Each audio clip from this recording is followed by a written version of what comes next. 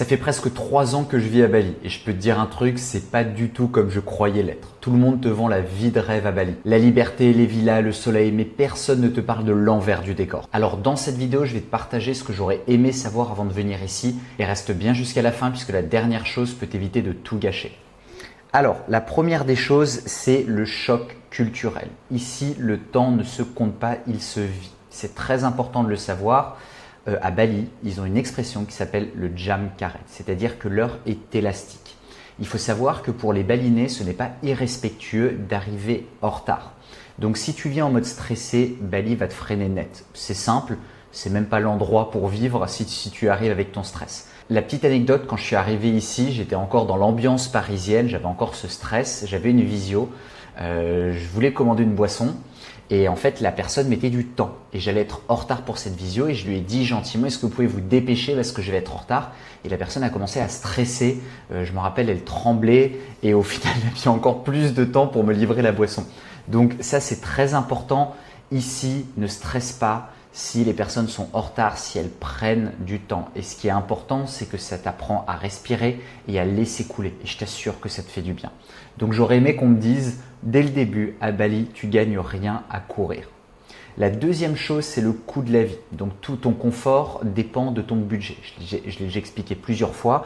Pour les personnes qui souhaitent s'expatrier à Bali, le budget que je recommande, c'est 2 à 3 000 euros par mois. C'est pour ça que je t'ai fait ce tableau où je te partage mes dépenses mensuelles à l'euro près. Donc tu vois, mon coût de la vie, il est de 2295 euros par mois. Pour ça, j'ai une très bonne qualité de vie. J'ai une villa avec piscine, j'ai du staff, j'ai un scooter, j'ai vraiment tout. Mais il faut que tu t'enlèves ce budget de 1000 euros par mois. Alors effectivement, il y a des personnes qui vont vivre avec 1000 euros par mois, mais ce ne sont pas des expatriés. Ce sont des personnes qui vont rester soit des touristes, soit des personnes qui vont rester 3-4 mois. Je rencontre parfois des personnes qui viennent d'arriver à Bali et qui me disent « Ah c'est cool, je dépense que 1200 euros par mois » et qui m'expliquent qu'ils veulent rester plus longtemps. Alors oui, effectivement, aujourd'hui, tu dépenses 1200 euros par mois parce que tu vis dans une guest house, mais je pense que si tu souhaites t'installer à long terme dans un endroit, tu n'as pas envie d'habiter dans une chambre où tu vas partager le reste des pièces communes avec 15 personnes. La troisième chose, c'est le visa et la paperasse. À Bali, ce n'est pas le paradis des papiers. On critique l'administration française puisqu'elle est lente. À Bali, ça prend encore plus de temps. Donc déjà, ce qui est important de savoir, c'est que le visa, c'est la base. Mais le souci, c'est qu'il n'y a personne qui t'explique vraiment avant que ça soit trop tard. C'est ça le problème, c'est qu'aujourd'hui, que ce soit sur les forums, sur les groupes Facebook, t'entends tout et n'importe quoi. Et il y a des personnes qui vont te dire, c'est bon, tu peux prendre ce visa, tu vas rester, tu n'auras pas de contrôle. C'est faux. Il faut que tu saches que les 3 premiers mois de 2025, il y a eu plus de 200 personnes qui ont été déportées à cause de leur visa, puisqu'ils avaient le mauvais visa. Donc, la chance à Bali, c'est que tu as plusieurs types de visas. Tu as le KITAS, tu as le visa business, donc qui s'appelle le visa C1, tu as le visa touriste, tu veux rester seulement 2 mois, mais les règles changent tout le temps. Donc, ce qui est important de savoir, c'est déjà de choisir le bon visa par rapport à ta situation, par rapport à ton projet, et ensuite d'avoir le bon agent. J'ai fait une vidéo là-dessus, je t'invite à la regarder. Il y a des arnaques de faux agents visa, c'est-à-dire que tu vas payer un visa, soit il ne sera pas livré ou ce sera un faux visa. Donc si tu te fais contrôler, tu te fais exclure du territoire. D'ailleurs, c'est une des briques de mon accompagnement. J'accompagne les personnes dans la création de leur visa. Donc si ça t'intéresse, il y a un lien dans la description pour pouvoir prendre rendez-vous. Ensuite, on bascule sur les relations et la solitude. Tu verras, à Bali, les gens passent vite, donc choisis bien ton entourage. Puisqu'au tout début, quand tu vas arriver à Bali, tu vas rencontrer beaucoup de monde. Mais la plupart des personnes sont seulement là pour quelques semaines.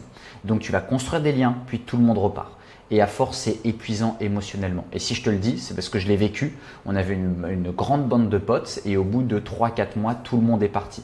Donc ce qui est important si tu viens en tant qu'expatrié, c'est de tout de suite créer des liens avec des personnes qui restent long terme. Puisque sinon, tu verras, c'est fatigant. Tu vas voyager avec ces personnes. Si tu es avec des touristes ou des personnes qui restent 3-4 mois, tu vas voyager avec eux. Tu vas créer des liens, de l'amitié. Et puis au final, ils vont partir et tu verras que c'est vraiment relou.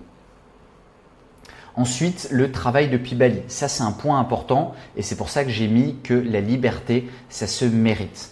Puisque à Bali, le souci, c'est que tu vas être dans des super conditions. Tu vas travailler depuis une villa, ça vend du rêve. Mais déjà, il faut savoir qu'ici, tu as des coupures d'électricité. Donc, ça peut soit être des coupures d'électricité ou soit des coupures de Wi-Fi. Tu vois, moi, ça m'est déjà arrivé 2 minutes avant un call important. Donc, ça aussi, il faut l'anticiper. Et si tu n'es pas structuré, Bali t'avale. Et c'est pour ça que quand tu viens à Bali, que ce soit pour travailler, pour développer ton business, il faut absolument que tu aies une discipline et une routine. Puisqu'ici, le problème, c'est que la vie est moins chère, tu as accès à plein d'activités, tu vis en bord de mer. Donc, si tu n'as pas cette routine, étant donné que tu es ton propre patron, la plupart des personnes qui s'expatrient ici ont leur propre business. Donc, c'est pas comme quand tu es salarié où tu dois rendre des comptes à quelqu'un dès le matin à 9 heures. Tu peux rapidement te retrouver dans un café avec une noix de coco à tout simplement profiter de ta journée. Donc, ce qui est important, c'est que la liberté ici, c'est du travail. Intègre une routine rapidement. Et enfin, le deuxième point, c'est tout ce qui est santé et assurance. Un accident ici, ça peut coûter très cher. J'ai déjà parlé de la situation de mon ami que tu vois ici, qui a eu un accident de scooter assez important, qui en a eu pour quasiment 20 000 € de frais. Grâce à la bonne assurance, il n'a pas avancé les frais. Mais ça aussi, c'est quelque chose d'important puisque les scooters, c'est top, c'est la liberté. Tu peux faire le tour de l'île en scooter, mais c'est aussi la première cause d'accident ici. Et c'est pour ça que je dis que sans assurance, c'est des factures à 20 000 €. Alors bien entendu, 20 000 €, ce n'est pas pour un rhume ou pour une petite entorse, mais il faut absolument que tu aies une assurance. Il faut que tu saches qu'ici, c'est un modèle qui est différent de la France. Ce sont des entreprises privées, c'est-à-dire que tu as soit une assurance ou soit une carte bleue. Si tu n'as ni l'un ni l'autre, tu ne seras pas pris en charge et ils ne s'occuperont pas de toi, même si tu as une jambe cassée.